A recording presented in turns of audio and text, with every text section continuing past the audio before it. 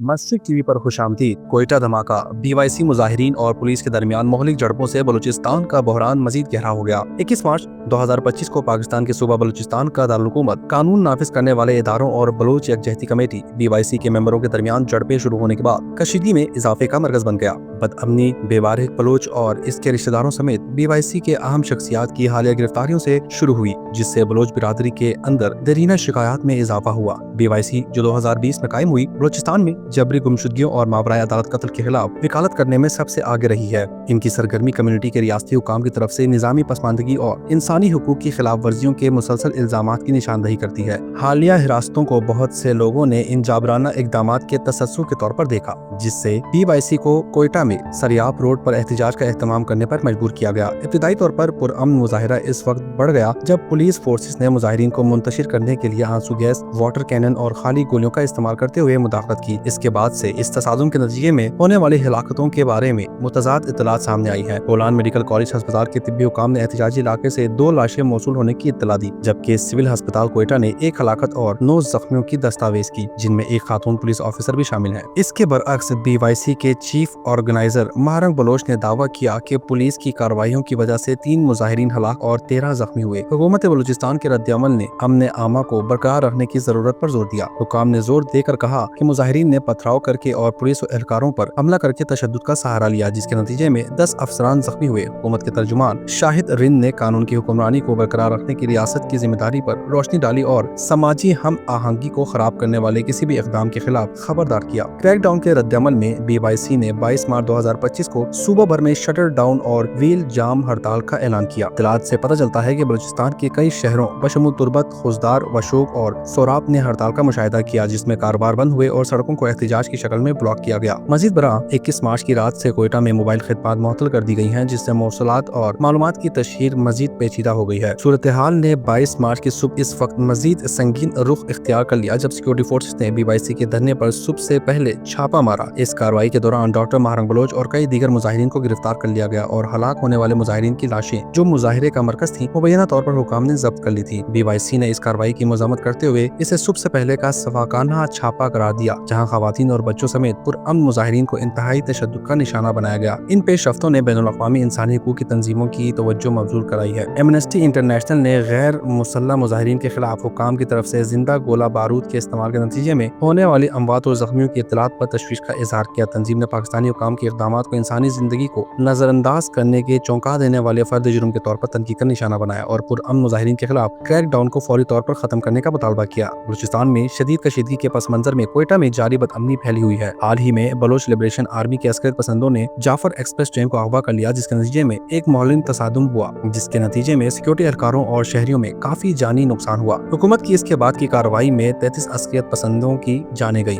इन वाकयात ने बलोच बिरादरी और रियासती हुकाम के दरमियान ताल्लुकात को मजीद कशीदा कर दिया है। डॉक्टर महारंग बलोच जैसे मुमताज शख्सियात की गिरफ्तारी ने इंसाफ और जवाबदेही के मुतालबात को तेज कर दिया है। मुबस्सरीन नोट करते हैं कि रियासत का सख्त रवैया मौजूदा शिकायत को बढ़ा सकता है और मजीद बदअमनी को हवा दे सकता है। हुकूमत और बलोच नुमाइंदों के दरमियान तामीरी बातचीत न होने की सूरत में कशीदगी बढ़ने के इम्कान के साथ कोयटा की सूरत हाल अब भी गैर मुस्तहकम है। आखिर में कोयटा में हालिया झड़पें बलूचिस्तान को दरपेश गहरे मसाइल को उजागर करती है। मुजाहिरीन और क्रैक डाउन का सिलसिला बलोच अवाम की जायज खदशात को दूर करने के लिए बामानी मशगूलियत और इस्लाहात की फौरी जरूरत की निशानदही करता है। इस तरह के इक़दामात के बगैर सूबे में मजीद अदम इस्तेहकाम का खतरा है, जिसके पाकिस्तान की कौमी हम आहंगी और सलामती के लिए वसी तर मुज़म्मरात हो सकते हैं। मशरिक टीवी देखने का शुक्रिया।